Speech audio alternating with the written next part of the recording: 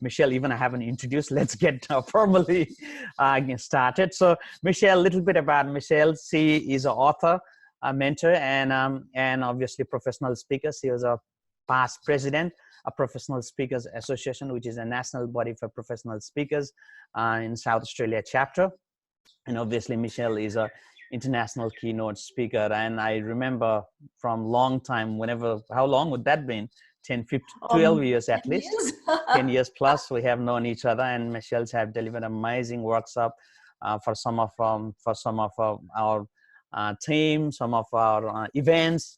So Michelle, it's great to have you this morning. Thank you very much. Good. So so we talked already about the context, why it is important, about about getting in the zone. And I love when you told me about, Prabin, look, it's so important rather than in the zoo, getting in the zone. So zoo and zone context is so I loved about that. So tell me a little bit for the viewers, Michelle, if that's okay. Why, I mean, we already talked about why it is important in the current environment. So what about, how would you analyze this between the being on the zone and in the zoo? Okay, well, just before we get into that, sure. Could we put in the first slide? Sure, no problem. Prabin? And just the 3 keys to extraordinary success. I think it puts into context. Yep, beautiful. So yes. All right. So there we go. The next slide. Thank you. Okay. All right. Okay, so these 3 keys to extraordinary success. Most people know that if you want to be very, very successful, you need to know what you want to do. So you need to know what you're trying to achieve. So that's the purpose. And most people also know that there is a process that you need to do. So if you want to, say, work with LinkedIn, for instance, with you, Prabin, there's a process involved, and you need to use world-class process like you do, and be able to understand what that is. So if you have purpose and process, then you think, yeah, that's going to be fantastic, we can succeed. But unfortunately, if your state of being is not right, so if you don't feel good, if you don't feel positive, you don't feel productive, if somehow you're feeling stressed and you're not feeling very optimistic, say you're feeling even pessimistic or feeling negative, well, the chances are you're not going to be able to do what you need to do in order to communicate properly with the leads that Prabin sends you even, and all kinds of other things that you need to deliver. So state of being is really important. So coming to what you wanted to me to talk about, which is the zoo and the zone. If you look at the next slide, you will be able to see that there are 2 states of being, 2 feeling states. You feel bad, which is the zoo. I'm in the zoo, you know, I feel disappointed, I feel frustrated, I feel angry, or I feel guilty or sad. And in the zone is, you know, I feel optimistic, I feel grateful, I feel wonderful, loving, peaceful, joyful. And so there are 2 distinct states that human beings can experience. Being in sorry, just on that note, being in the peaceful state is that's what it is all about, isn't it? I mean, being an entrepreneur, business owners, or a leader, the leadership comes with being in the peace. Then only you can radiate that energy.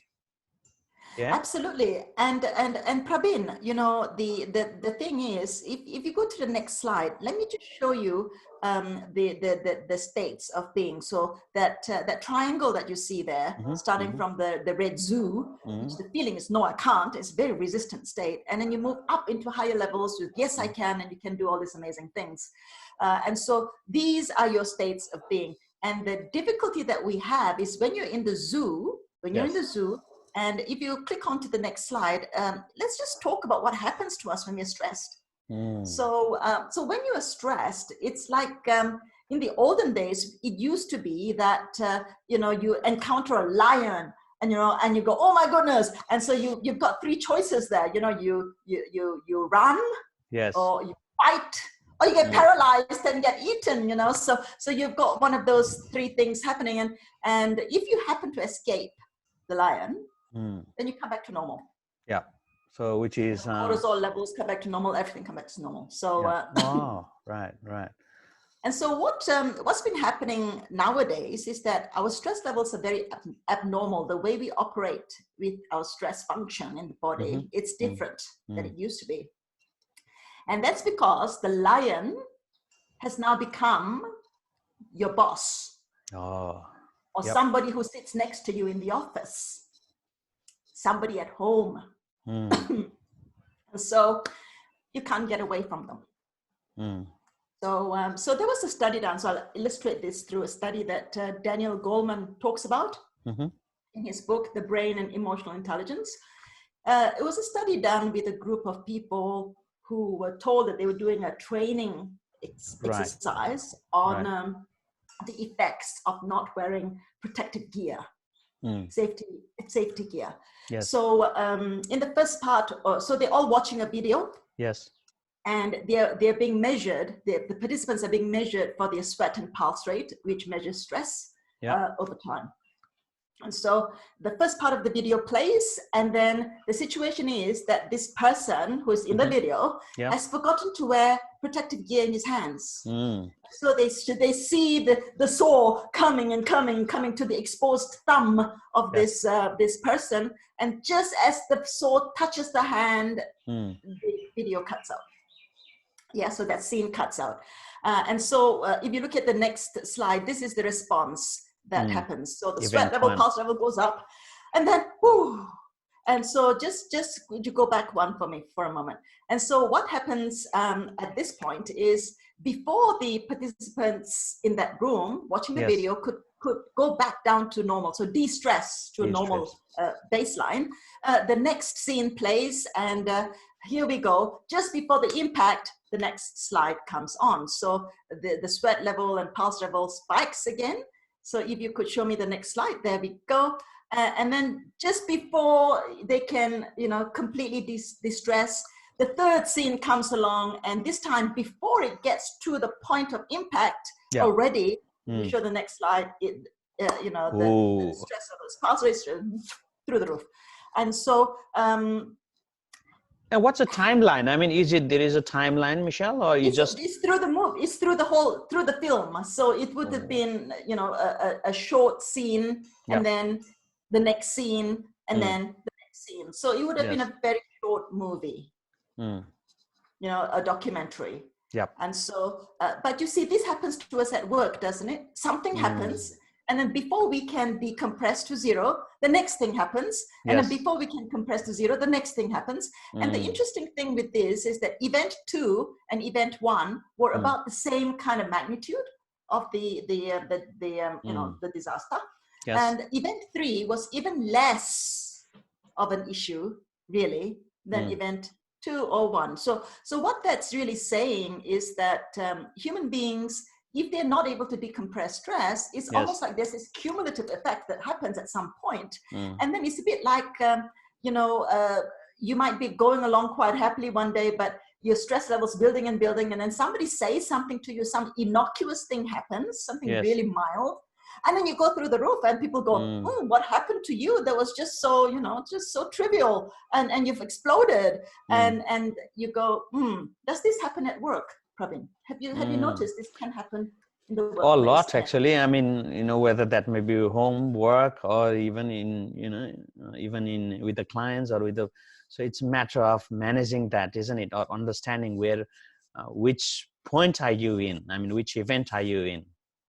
Yes, most definitely. And I think that you don't want to be in a position where you're waiting for that event 3 to take place. Yeah. In fact, you don't even want to be where event 2 is taking place. You want to be where the lion situation is happening. Yeah. Something happens, you spike in terms of stress level, and then you immediately come back to zero. And preferably you don't even spike that high. But that's really good. I mean, someone who is a master, someone like you, obviously it is very easy. But some of the viewers who are watching, obviously I don't do meditation. I don't know, even sometimes I don't know how to calm. There's so much stress in everything. Then what do you think? I mean, what are some tips for them so that they can neutralize that from lion state to even don't have to go to event 2? What are a couple of things they can do, Okay, Michelle? so Prabin, I'm going to share here a couple of tools. One Yes, of the please. tools is a really simple quick fix. Yes. Yeah. So if you would click forward 2 slides to Alan Watkins. So I just want to talk very quickly about Alan Watkins. So Alan Watkins, he's a doctor and a neuroscientist. Yes. And if you want to go to the TEDx video on YouTube, Yes. you can watch this. I had a quick look as well last night. That was amazing. Wow. Good, isn't it? Yeah, every single day. Now, what they discovered here is that when you're stressed, your heart beats at an irregular kind of way, which sends irregular signals to your brain. And then what happens is that if that happens, Alan Watkins describes it as a lobotomy, a do-it-yourself lobotomy. So the prefrontal cortex, Prabin, this is the part of the brain that is the newest part of the brain. It does the executive functions. It makes logical deductions. It does all the good stuff, the really smart stuff. Well, you have no access to that when you are stressed. And so you're working with the amygdala and the back part of the brain, the reptilian brain, and that part of the brain is not even half as smart as the front part. So therefore, you at the time when you're stressed and you need more of your brain to help you do stuff, you're now working with half and then the lesser half. And so we say, if you click to the next slide, it says do-it-yourself lobotomy takes place. And so, that's why sometimes you feel so stupid. Have you ever found that, Prabin? If you're ever stressed, you find you can't do your normal, you find things just so hard. Correct. You can't even, think anything. I mean, because unless you find the ways to neutralize it. That's the word I'm looking, neutralize. And so let me just give you a really simple tool that Alan Watkins and a lot of people out there, it's very popular in sport. A lot of people, sports coaches have been teaching this to people in the field as well when they're playing sport. If you get into a stress situation and you feel your heart starting to thump a little bit, harder or stronger or faster, what you can do is a tool that is called rhythmic breathing, right? I call it the 4 in, 6 out. 4 in, 6 out. And what is that? Well, you know how the heartbeat is irregular, that sends the irregular signals to the brain to create the do-it-yourself lobotomy? Well, you need to make the heartbeat go regular again. And the best, simplest, easiest, quickest thing to do for that is to use your breathing. And so if you were to breathe in for a certain number of counts, let's say 5 in, and then 5 out, 5 in, 5 out, and just keep doing 5 in, 5 out, 5 in, 5 out. Then you call that rhythmic. It could be 4 in, 4 out. It could be 6 in, 6 out. Doesn't matter. So long as it's just repeated, the pattern is just keeping repeated. That's called rhythmic breathing. Now, what they've also discovered is that if you breathe in for a shorter number of counts and breathe out longer, then the oxygen and carbon dioxide mix in your body and your brain is much more useful to us. And so therefore, I thought that what I'll teach today is a 4 in, 6 out breath. So 4 basically, in, 6 out. 4 counts in, 6 counts out. Would you like to do it with me, Prabin? Yeah, maybe why not? Let's get that. And if, by the way, if you are watching the video right now, feel free. We are talking about how to be a positive, being in the not in the Zoom, being in the zone, being in the zone. And I have got a Michelle here. So let's get it started, Michelle, please. Okay. So if you'd like to just all breathe out for me, breathe out and in, 2, 3, 4, out, 2, 3, 4, 5, 6. In. So out should be 6, get 4, yeah? So come back in again, breathe in, 2, 3, 4, out, 2, 3, 4, 5, 6. In, 2, 3, 4, out, 2, 3, 4, 5, 6. So some people might ask, you get the state change straight away, isn't it? Very peaceful. Straight away. And a lot of people have asked me, Michelle, how many times do you have to do this 4 in, 6 out? Yeah, how many times? 2 times, 3 times, 4 times? And I say it usually works pretty fast. So most of my clients will say they only need 2 or 3. 4 in, 6 out, 4 in, 6 out, 4 in, 6 out. But some people need a little bit more. So just keep going until your heart rate starts to come back to, normal. And so, and also when you're doing the 4 in, 6 out, don't do it too quick. 1, 2, 3, 4, 1, 2, 3, 4, 5, 6. It's not like a race, right? Yeah. So slowly is the name of the game. In, 2, 3, 4, out, 2, 3, 4, 5, 6. So just do it slowly. And when you do that, eventually you'll find very quickly, in fact, that your lobotomy will be undone. So in other words, the prefrontal cortex will just go back into connection, and you'll be able to use your whole brain instead of operating with half. So that's the 4 in, 6 out quick fix, which I think that everyone who's listening could benefit. Beautiful. That's a great tips, Michelle. Now, just on that note, I've just got a message here. What do you think about the postures? Do they have to be in a quiet and calm environment, or do they have to be in, can this be applicable anywhere if people are out and about? I've had clients, what do you think? Prabin, I've had clients, because I do most of this work in companies. I've had clients in companies. In fact, there was one CEO who was saying that some disaster had hit, and he was doing 4 in, 6 out, like all throughout the whole day. And the good news is that everybody's breathing, right? You're breathing right now, and so am I. So no one is going to know that you're using this tool. So you could be walking from one meeting to the other, doing it along the way, or you could even be doing it in the meeting itself. So if you happen to be in the meeting and something's happening in the meeting, you feel your heartbeat starting to go up and you're starting to feel a bit stressed, you can start doing the 4 in, 6 out in the meeting. And if you have to focus on what's being said, don't have to even count the 4 in and the 6 out. Just breathe slowly coming in and breathe out slowly going out. And if you do that, you'll find that you'll be able to think better in the meeting. And undo that, do it yourself lobotomy. So no, you don't need a calm, quiet place.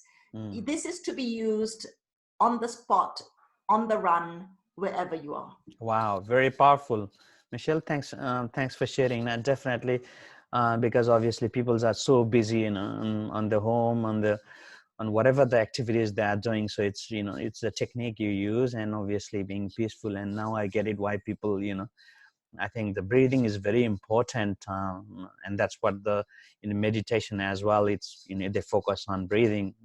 One of the technique is the breathing as well, besides the other things, isn't it, Michelle? Yes, most definitely. The 4 in, 6 out is a quick fix through the day. But if you don't want to have to do it all day, you really need to use this other tool. And the other tool is called Get in the Zone meditation. So it's a tool that people will be using to clear the mind. So the body will come into relaxation, the mind will go into a quieter space, and then Prabin, I really would like your listeners to know that when we talk about meditation, there's so much confusion around it. And I just would like to say that the Get in the Zone style of meditation is not about getting the mind to go silent. Because if you think like that with this particular style of meditation, you will be stressed, because the human mind, you just try and quieten it off for a little while and you'll find it's going everywhere. You bet. It's a monkey. Yeah, monkey. It's a monkey. And so a lot of people think, I can't meditate. It doesn't work for me. I can't do it. I failed at it. And so there's this really misinformation around the art of meditating. And so I just want people to know that meditation is not so different to going to the gym and doing bicep curls. It's all about when the thought does arise, it's like your mind is going away with a thought, possibly. And then you find yourself thinking first one thought, and it leads to the next thought and the third thought, a bit like, oh, gee, I wonder what I have for lunch. Oh, there's a sandwich shop just around the corner. Oh, I can't go there anymore. Well, what else should I have? And so the mind goes into this little story. And then if you realize you're thinking, oh my goodness, I'm thinking, if you're willing to come back to whatever the guided process is going on at this time to relax the body, if you're willing to bring yourself back, you've done a bicep curl. You bet. you see. And so we're just, with meditation, trying to teach the human mind how to become more disciplined. And it's an interesting journey as well, how, you know, you're calming down, isn't it? Oh yes. Meditation, especially the get in the zone meditation, has so many elements and benefits to it. That you know, I could talk to you for half an hour about Absolutely. that. So, And I am a great student as well. I mean, I remember there was, I think 6 or 8 years ago, he gave me the CDs and all the packs when I was back in Adelaide. So that was really helped me, and, you know, and my wife Anisha, and obviously some of our clients. So it's just to find the state. So what does that also mean for the, obviously, when people just sit down, anyone who haven't done the meditation before, sit down, obviously there's a lot of debunking process, right? There's a lot of thoughts comes up. So what you are saying then is there will be some ways, so is that through the sound? So can you share a little bit on that, Michelle? okay. Well, first of all, Prabin, I just want your listeners to know that in this particularly challenging time, we have decided to provide a beginners get in the zone free of charge. Yep, great. So that if you've never meditated before, you can experience what it's like. And it's about an 8-minute process, and we guide you through the whole lot of it. It's really simple. And it's virtual, right? Just checking. I'm sorry? It's a virtual, it's online. Oh, yeah. It's actually to stream. You stream it. Stream it. You stream it from a web page. So that's all good. In order to access that, but before I talk about that, we also discovered that most people who have not had an opportunity in the past to form a meditation practice. In other words, I am just like going to do some exercise. If you're not exercising, say, either every day or 3 times a week regularly, it means that you haven't formed the habit. Totally. Excuse me. Meditation is the same. You can't just do it once. Yeah, you may need to grab a water. No problem. So yeah, again, what Michelle is giving a heads up is about how, you know, meditation will help you be calm and peaceful and getting in the zone. And if you like this video, if you're watching, feel free to like, shares, and comment here. We're more than happy, and Michelle is happy to answer any of your questions. And as she said, you know, she's offering to our community lunch in the zone, which we will talk a little bit about. Even it's starting from today, I would imagine, isn't it? It's already been starting. Yeah, it's been going on for about 2 weeks. Oh, beautiful. Well done. It's a lunchtime group meditation. Yes. It goes from every weekday, so Monday to Friday at 12:30 Melbourne time, 12 o'clock Adelaide time. And it includes a 20-minute get in the zone meditation. Beautiful. We finish off with a gratitude session, Prabin, because I think that one of the things that's going on at the moment is that the human mind has a tendency to make up stories which are negative about the future and also negative about what's going on right now. So this is how the human mind generally tends to lean towards negativity. And so at the end of each process at Lunch in the Zone, once we've done the meditation, we then get people going into small groups, breakout groups in Zoom, and we then share what we're grateful for. You know, oh, thank you, or thank you, God, whichever suits you, for this amazing time of reflection. You bet. Thank you. Or thank you, God, for the air that I'm breathing right now. Yes. Or thank you, God, for the Centrelink payment that I am getting.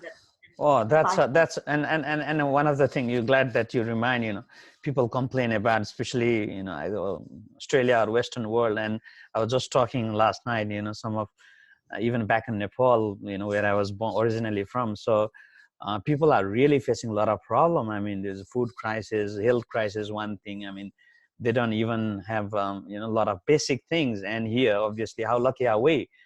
getting the government's is job seeker payment, this stimulus package, this payment, and still people complain about, oh God, so really it's, after all, when you look about, life is very simple, isn't it, pretty much? Oh, extremely simple. And I think it's just the human nature, the general conditioning that we've been brought up with, is that the human mind tends to become negative unless it is trained to remain optimistic and positive. It just has this inclination to go down that path. And so I think it's very important to be reminded every single day, and at least 5 days a week when you're working, to focus your attention on what you're grateful for, what is beautiful in your life. It makes a huge difference on the outcomes you're going to create for yourself. So Zoom has now come up with a security system where you must always have a password and so on. So we've decided that we will provide a link every Monday through through our newsletter called Zone Tips and News. And if you subscribe to that, it's at zonehigh.com. It's on the screen. It's at zonehigh.com. If you go there, you can subscribe to the newsletter, and then when you get the newsletter, it will have a link which is free for Lunch in the Zone, and also it will have a link for the download for the Get in the Zone for beginners. So it will have a link to the website, and then you can go and do your 8 minutes, and especially if you've never done it before, then that will sort of make you feel more confident about coming into Lunch in the Zone to join the rest of us that have at least done one meditation with the explanation about what's going on and so on. Now that's really beautiful, Michelle. I know so many people, some of our friends who are watching this, with some of how you have taught have really helped or saved their life. I can give hundreds of examples, but some of our friends I'm just visualizing as we speak. And that's good that at least this year people can experience the Come in the Zone. And by the way, there's no charge, just log in, as Michelle said, zonehigh.com. And you will see all the information. Just subscribe there, and every week you will get the details. So it's from 12:30 to 1 p.m. Melbourne time, or if you're in Eastern States, or if you're in Adelaide or others, it's 12, isn't it, Michelle? Yeah, Adelaide is 12 o'clock. And Prabin, to answer your question about, once you've done your meditation, thoughts and things come. You all this rubbish that is coming on. You have to learn to debunk. You've got to learn to question the thoughts. Is this true? Is what my mind telling me actually true? And the biggest problem that we have as humans is that because we've never been taught how to question our mind, by asking that question, we still don't know how to answer the question. And so we actually need a little bit of training on how to change your perspective in order to be able to debunk that. Now, we don't have enough time for me to give a lesson on how to do that, because it takes a little bit of time to teach somebody to do basic debunking. So if any of your listeners are interested in exploring that part of it, perhaps they could go to zonehigh.com and contact us. Oh, beautiful. That's so generous, Michelle. Now that's really generous. So your email is obviously michelle@zonehigh.com, and people can go to zonehigh.com. Yes. Yeah, beautiful. That's really good. So obviously we talked about, even I am doing, as we're talking here, 4 in and 6 out. So that's really good, actually. So no matter what sort of the state. Please. Could I let you know that I'm working with companies? Yes. In pivoting their culture. Yes. And so organizational culture in the olden days used to just be, everybody came to work. Yes. And so generally speaking, everybody was at one place or two places, but they were at work with each other. And now a lot of organizations are either doing a 50-50 shift, 50% come in on one day and then the 50% the next day, or they're actually working all of them from home. Yes. And so now we've got culture, which is organization culture of an organization, which really needs to expand to include home culture. You bet. Because they're doing work from home. And so this shift, I call it a pivoting or an expansion, into including the home, is what we at Zone Culture. So Zone High has got a program called Zone Culture. Yes. And we go into organizations and help organizations make that shift in their culture so that it helps all of their people to perform at their peak and to be creative and innovative and to come out the other side and through it to thrive at this time instead of, either treading water or not being poised. Yes. If they need to be poised to come out the other side. Now that gives a really good picture, obviously. So that's why you work with some of the bigger organizations, including, I think you have worked with a number of government and non-government organizations as well. So literally what Michelle is saying is she helps to transform the cultures to the right culture so people can have a happiness state. And that's where the innovation kicks in, isn't it? You need to be peaceful. You need to be really on that fearless state. And that's where the innovation starts, isn't it? Am I right? Absolutely. You've hit it on the nail. You've hit the nail on the head, Prabin. We call this thing in the zone, or some people call it the flow state. And, someone like Richard Branson was talking about, when I'm in flow, in 2 hours of flow, I can do amazing things that, would have been impossible before. Yes. And so when you're talking about creativity, which is what innovation is all about, you've got to really understand that if you want to innovate, not at a step change thing, they do a little bit of improvement here and a little bit of improvement there, and you're actually going out of the box and coming out with something completely different, which I think we're going to have to do now because we're going through a huge paradigm jump. You're not going through little step changes. So to be able to do that kind of a jump, we're going to need to be able to tap into the power within us. So this is where the spiritual intelligence comes in, way beyond emotional intelligence and mental intelligence. There's a thing called spiritual intelligence, as you would know, Prabin. And in order to tap into spiritual intelligence, we have to have emotional mastery. If you don't have emotional mastery, you cannot be sustained in a zone state. And so, but when you are sustained in a zone state, you actually tap into the power source within you. If you're religious, you tap into the power of God. If you're not religious, you tap into the expanded state of the whole self, which includes all of the unconscious part of you, and are able to then be able to come up with solutions and methodologies that you'll just sit there wondering, where on earth did that come from? But that is what we call the zone state, and we need that more and more right now. So absolutely, if you can bring this kind of culture into an organization, we call it zone culture, then they will be able to position themselves to thrive not only after but now. Absolutely.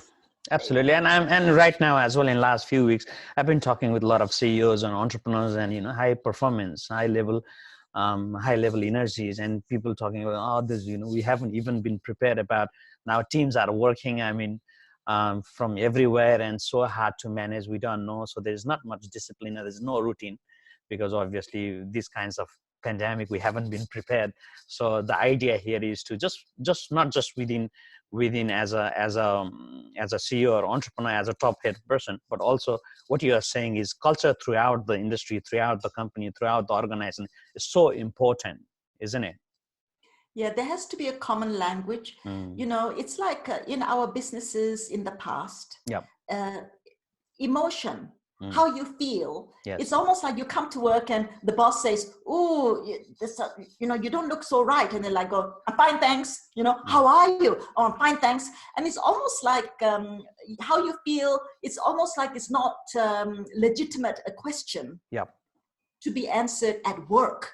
So it's almost like I've got to leave my emotions at the door, and I've got to, be like this. And so sometimes managers find it very difficult to communicate with their staff and have meaningful conversations around how they feel, because how they feel might not be anything going on with work. Absolutely. It could be that they have a problem with their partner or with their children or with their health or with their finances, or it could be something very personal. And if you don't have language and permission as an organization to actually have a mechanics and a methodology on how you communicate with one another emotionally, then you find that managers are a bit stumped as to, I don't know how to help my team. And in fact, I don't even have permission to talk to them about it because, you know, some of them will be going, it's none of your business, really. What's going on here? You know, I might be going through a major difficulty with my wife or with my husband, you know what I'm saying? And some people just won't let that into a workspace because they think that it's not on. It's not the kind of thing that one should be doing. And it could also be that, you know, I don't want to be seen to be, what would I say, in some way less or, you know, weak.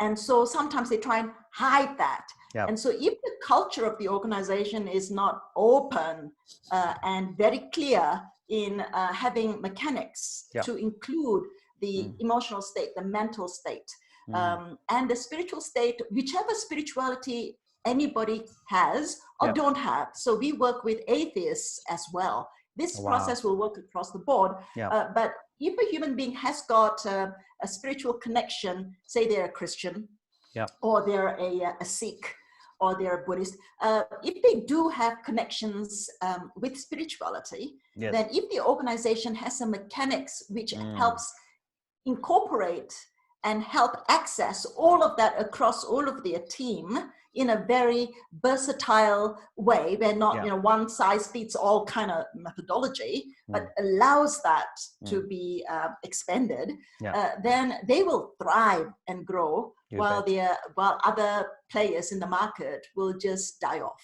So I think that this is an opportunity, a time of opportunity for those people who are really, really interested in creating something amazing out of this particular challenge, because every challenge comes with an opportunity, right, Prabin? You bet. And that's what, you know, you got to change something, something there. And I don't, you know, and in this short conversation, we are not here to say these things or that thing, but obviously it's like, you know, saying, expecting different results, but doing the same thing again and again, or doing the same thing again and again, or expecting different results. It's you know, can't happen.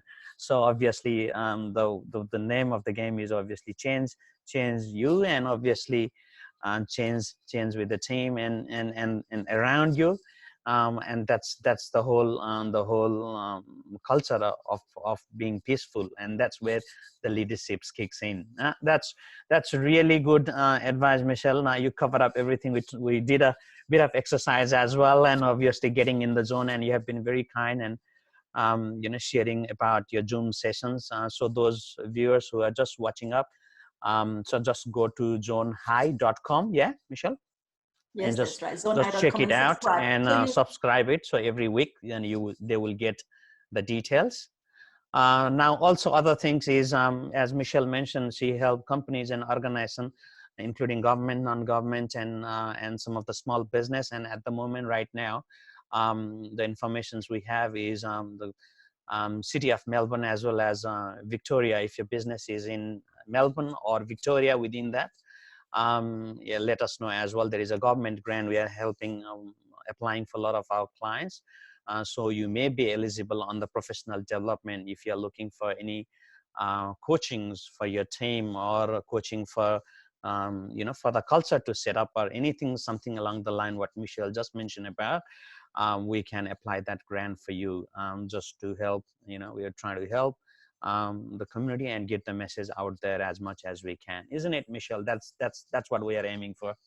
Yes, and that would be really wonderful. And I understand that these grants also cover some of the services that you provide, Prabin. Yes. Because right now I really feel like organizations and companies like mine, where, you know, I used to get business very much face to face. You know, I'm in Adelaide, and we tend to go for coffees. You know, we have coffee meetings, and we have networking meetings, and we have all these kinds of stuff. And that is where we meet a lot of our prospective clients. And at this time, as you know, we just can't get out there. And so every company has to pivot into using tools like LinkedIn in order to be able to generate more leads. And go through a process of conversion, which doesn't include a coffee chat face to face. And so, I'm really glad that the Victorian government is actually providing quite a significant grant to be able to pay a company like yours, Prabin, in order to take advantage of that, right? And it's getting in a competitive age, because obviously we can't do the same thing again and again. So it's just preparing for the next step. And obviously I believe, disruption is a new normal. So whether that may be a flood or any crisis or bushfires or now COVID-19, and who knows, it won't come in a couple of years again. So as long as we are prepared as an entrepreneur, as a head person, as a CEO, whoever, if you're running the business, it is important to just be prepared everything, so that there's a number of options for you, and there's a number of ways to deal with your team and set the right culture for your organization. So thank you so much, Michelle. I really appreciate your time. You've been so generous, and I'm looking forward to attend even the lunch session today at 1 o'clock. Yeah, Melbourne time. It's 12:30 your time. 12:30. Beautiful. Yeah, lunch in the zone.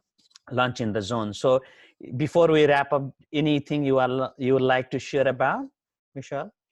I'd just like to say to everybody that the future is unknown, and you as a human being have actually got the power to decide whether it's going to be a positive or a negative one. And so at the end of the day, this future that is unknown has the opportunity for you to influence which path you follow. So it is not fate. You have power as a human. And I just wanted to leave people with that message, so that we don't ever fall into victimhood. We have power. We are empowered. And there is mechanics within us that can create the most amazing outcomes for us. So we need to take that power in our own hands, make it happen. Beautiful. Thank you so much, Michelle. I mean, that's a really provoking thought, and something you can take away. So I hope that this quick, we were thinking 15-20 minutes, but I'm seeing about 35, even 40 minutes now I'm seeing. So now we would love to chat more, and see you in your lunch session. Thank you so much, Michelle. Good stuff. Thank you, Prabin. Look forward to chatting again in the future. Beautiful. Thank you, guys. I hope you enjoyed the video. I'll see you in the next one. Bye for now. Bye. Cheers.